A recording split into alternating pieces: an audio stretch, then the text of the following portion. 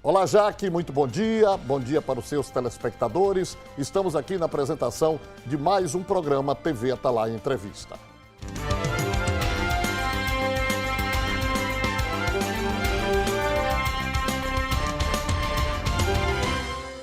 Olá, meus queridos amigos, minhas amigas, telespectadores da TV Atalaia, muito bom dia. Estamos aqui começando mais um TV Atalaia Entrevista e começando sempre com aquele delicioso cafezinho, aquele descafeinado, o suco Maratá, onde você escolhe o sabor.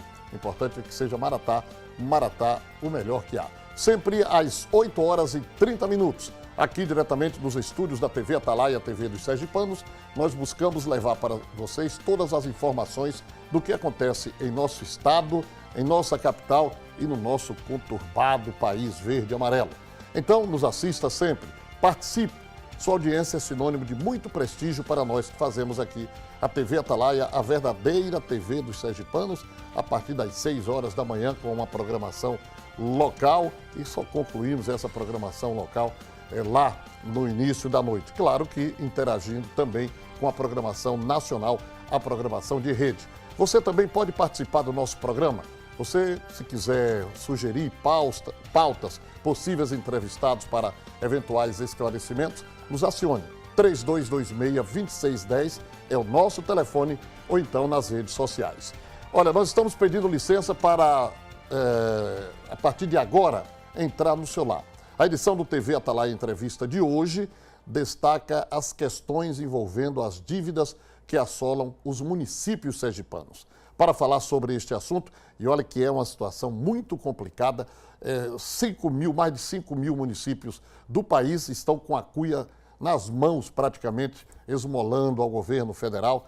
É uma situação que só depende aí de uma reforma tributária, tem que ser uma reforma tributária justa realmente, porque senão a situação é daí para pior. Então, no nosso programa, nós iremos conversar aqui com o presidente eleito da FAMES, que é a Federação dos Municípios do Estado de Sergipe, Cristiano Beltrão. E conversaremos também com o Procurador-Geral do Ministério Público de Contas, João Augusto dos Anjos Bandeira de Melo. É exagero dizer que os mais de 5 mil municípios brasileiros estão com a cuia nas mãos pedindo esmola? Não, cara, você foi muito feliz na sua colocação. O Brasil hoje tem 5.568 municípios e mais de 5 mil estão passando por essa situação. É uma situação realmente catastrófica, é uma situação bastante delicada, onde hoje ser prefeito realmente é uma atividade de risco, uma atividade que está sendo quase que impossível de administrar os municípios. E nós temos que viver justamente com essa cuia na mão, dependendo dos repasses do governo federal e do governo estadual. Ambos que estão deixando a desejar em cumprirem as suas obrigações. Então, essa questão da cuia na mão, realmente, ela foi muito bem colocada por você. As dificuldades que os municípios vêm passando hoje, elas são cada dia maiores. As obrigações transferidas pela União para os municípios, cada vez são superiores, são mais cobranças. E os municípios eles não têm capacidade financeira, capacidade de aumentar suas arrecadações, de realmente criarem alternativas, de terem novas fontes de renda para custearem todos os seus serviços públicos. E os municípios vivem praticamente do FPM, que é o que? Ele é composto pelo imposto de renda e pelo IPI. Só que o governo federal ele cria várias contribuições sociais que arrecada-se para a União e não são redistribuídas para os municípios. Por isso que é tão importante essa discussão do novo Pacto Federativo, para que haja uma distribuição mais igualitária entre os estados e os municípios, onde, afinal de contas, a vida existe no município. Não existe União, não existe Estado, existe verdadeiramente os municípios. É lá que residem as pessoas, é lá que as pessoas precisam dos serviços públicos, como a educação, como saúde, como segurança pública, e os prefeitos hoje estão de mãos atadas, estão literalmente engessados por vários motivos. Não adianta a gente dizer que pontuar, o problema é o motivo X, são vários motivos. Heranças de outras administrações, má distribuição dos recursos públicos, essa queda de receita, falta de planejamento, ou seja, houve um aumento na receita no ano de 2017? Houve. Porém, a despesa foi muito maior. Né? Isso. Entendeu? Ou seja, então não há possibilidade de você administrar um município hoje, onde um piso de magistério, por exemplo, ele subiu, o reajuste no ano de 2017 foi 11, alguma coisa, quase 12, e o reajuste do Fundeb programado, não foi ainda efetivado, está em torno de 5%. Ou seja, é mais do que o dobro o reajuste que o piso do magistério nós temos que dar. Isso é lei, tem que ser cumprida. Então, assim, isso aí é apenas uma das dificuldades, os subfinanciamentos dos programas federais, como PSF, como merenda escolar, como transporte escolar, também são outros problemas que os prefeitos vêm enfrentando e que, sem dúvida alguma, deságua em toda essa crise que a gente hoje está vendo acontecer, né? Em todo o país. Isso não é um privilégio apenas de Sergipe, isso é em todo o país, e cada prefeito está tomando as suas medidas necessárias, cortando folha, demitindo os comissionados, os contratados, fundindo secretarias, procurando alternativas de diminuírem, né? Muito bem. Eu inclusive, estou vendo aqui matéria que diz que o prefeito de Aracaju, Erivaldo Nogueira, realizou reunião na última sexta-feira da semana passada, determinando aos secretários que reduzam gastos.